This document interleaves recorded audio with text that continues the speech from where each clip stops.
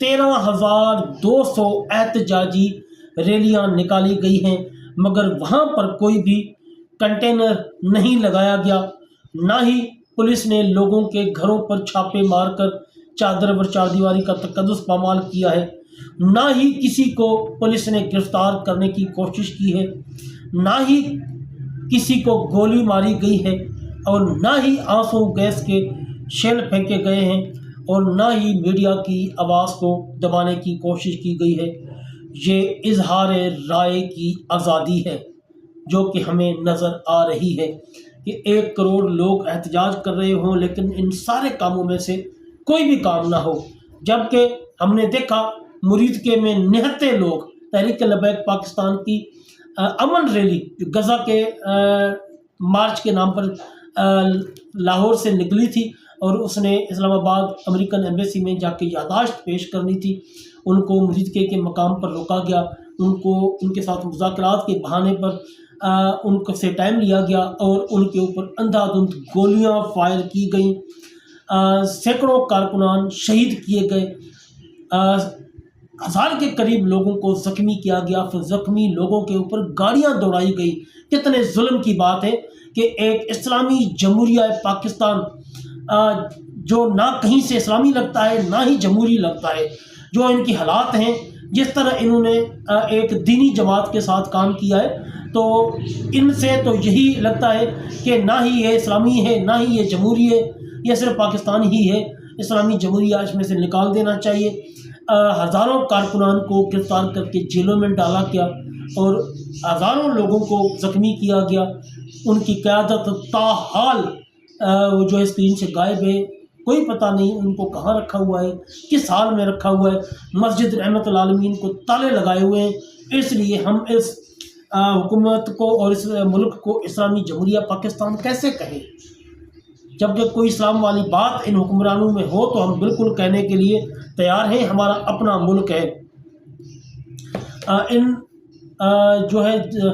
امریکہ کے اندر جو 1 کروڑ لوگ احتجاج کر رہے ہیں، کم سے کم حکومت پاکستان کو ان سے سبق سیکھنا چاہیے کہ احتجاج جو ہے وہ ہر جمہوری پارٹی، سیاسی پارٹی اور ہر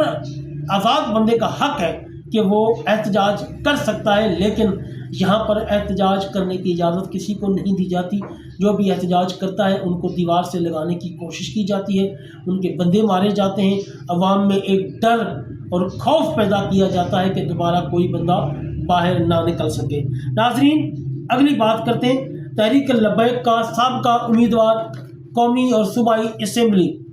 6 ماہ بعد جیل سے رہا۔ تحریک لبیک پاکستان کے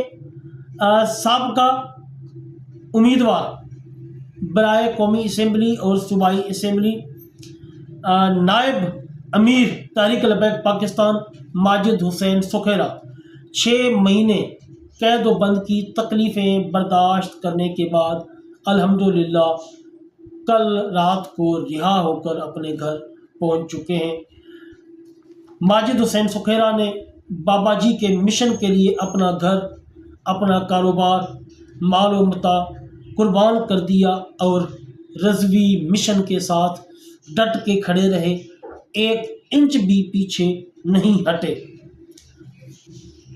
جس طرح انہوں نے قربانیاں دی ہیں اور اپنے جو ہے وہ موقف پر ڈٹے رہے ہیں، یقیناً وہ سلام کے مستحق ہیں،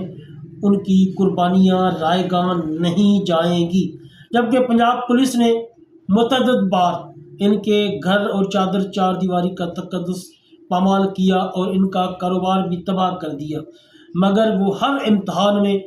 کامیاب ہوئے۔ اللہ پاک ان کو مزید استقامت عطا فرمائے۔ یہ جو کارکنان کی گرفتاریاں ہیں ابھی تک وہ بھی رکنے کا نام نہیں لے رہی، لیکن رہائیاں بھی ہمیں دیکھنے میں آ رہی ہیں۔ یقیناً ماجد حسین سکھیرا کے اوپر بھی بہت پریشر تھا، اور ان کو بھی یہی کہا جا رہا تھا کہ آپ پریس کانفرنس کریں اور لا تلقی کریں اور آپ جائیں، لیکن اللہ پاک کا شکر ہے کہ تحریک لبیک پاکستان کے جو لوگ ہیں اتنے کمیٹڈ ہیں کہ وہ کوئی بھی لا تلقی نہیں کر رہا، تاکہ اگر لا تلقی یہ کرتے تو حکومت کے پاس تو میڈیا میں دکھانے کے لیے لوگوں کو بہت کچھ ان کو مل جاتا. دیکھیں جی ان کے تو اپنے کارکنان قومی اور صوبائی اسمبلی کے جو ٹکٹ ہولڈر تھے وہ بھی چھوڑ کے جا رہے ہیں، لیکن حکومت کو ابھی تک